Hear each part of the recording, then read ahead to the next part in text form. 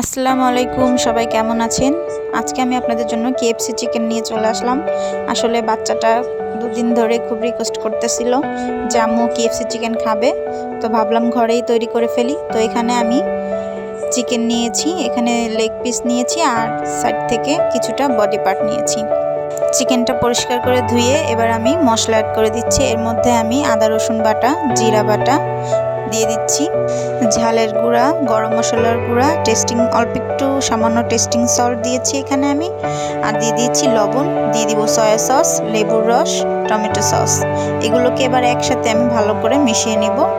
ভালো করে মেশাতে হবে যাতে করে মাংসের গায়ে পুরো মশলাটা চলে যায়। মশলাটা মাখানো হয়ে গেলে এখানে আমি 2 ঘন্টার জন্য চিকেনটাকে রেস্টে রেখে দিব। 2 ঘন্টা পর ফিরে আসলাম। এবার এর মধ্যে আমি একটা ডিমের কুসুম দিয়ে দিচ্ছি, দিয়ে এটাকে আবারও ভালো করে মেখে নিতে হবে। এখানে আমি ডিমের কুসুমটা ইউজ করছি, সাদা অংশটা দিব না। এবার একটা বাটিতে 1.5 কাপ পরিমাণ ময়দা নিব।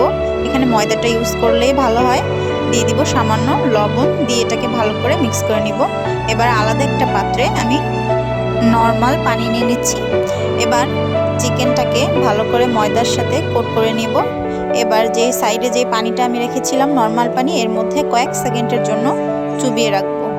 চিকেনটা পানি থেকে উঠিয়ে সেই ময়দার মধ্যে দিয়ে দিব। এবার এটাকে ভালো করে আমি কোট করে নিচ্ছি। দেখুন কিভাবে কোট করতে হবে। তো এইভাবে রেসিপিটা ফলো করলে আপনারাও বাসায় খুব সহজেই কেএফসি চিকেন বানিয়ে ফেলতে পারবেন। এবার আমি লেগ পিসের উল্টো সাইড ধরে একটু ঝাঁকিয়ে নিব। দেখুন কি সুন্দর একটা লেয়ার চলে আসছে। এবার একটা একটা করে চিকেন আমি সেম প্রসেসেই বানিয়ে নিব। আপনাদের সুবিধার্থে আমি আরেকটা দেখিয়ে দিচ্ছি। আসলে বাচ্চাদের বাইরের খাবার যতটা কম দেওয়া যায় ততটাই ভালো। তো এইভাবে যদি আমরা বাসায় নতুন নতুন খাবার তৈরি করে দিতে পারি তাহলে ওরা হ্যাপি হয়ে যাবে। তো এখানে এবার আমার সবগুলো কোট করা প্রায় হয়ে গেছে।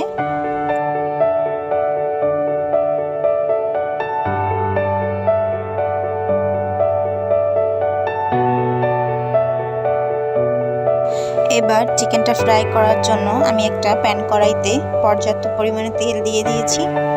এবার চিকেনগুলোকে আমি দিয়ে দিব। চিকেনগুলো আমি হালকা আঁচে ভেজে নেব যাতে করে আমার চিকেনের মধ্যে সেদ্ধ হয়ে যায়। আমি সবগুলো চিকেন একসাথে দিয়ে দিচ্ছি, আপনারা চাইলে দুটো দুটো করেও ভেজে নিতে পারেন। আমার এক সাইড চিকেন ভাজা হয়ে গেছে। এবার আমি চিকেনগুলোকে আলতোভাবে উল্টে দিচ্ছি। এখানে আমার চিকেন ফ্রাই করতে প্রায় 30 মিনিট সময় লাগছে, আপনাদের কম বেশি সময় লাগতে পারে।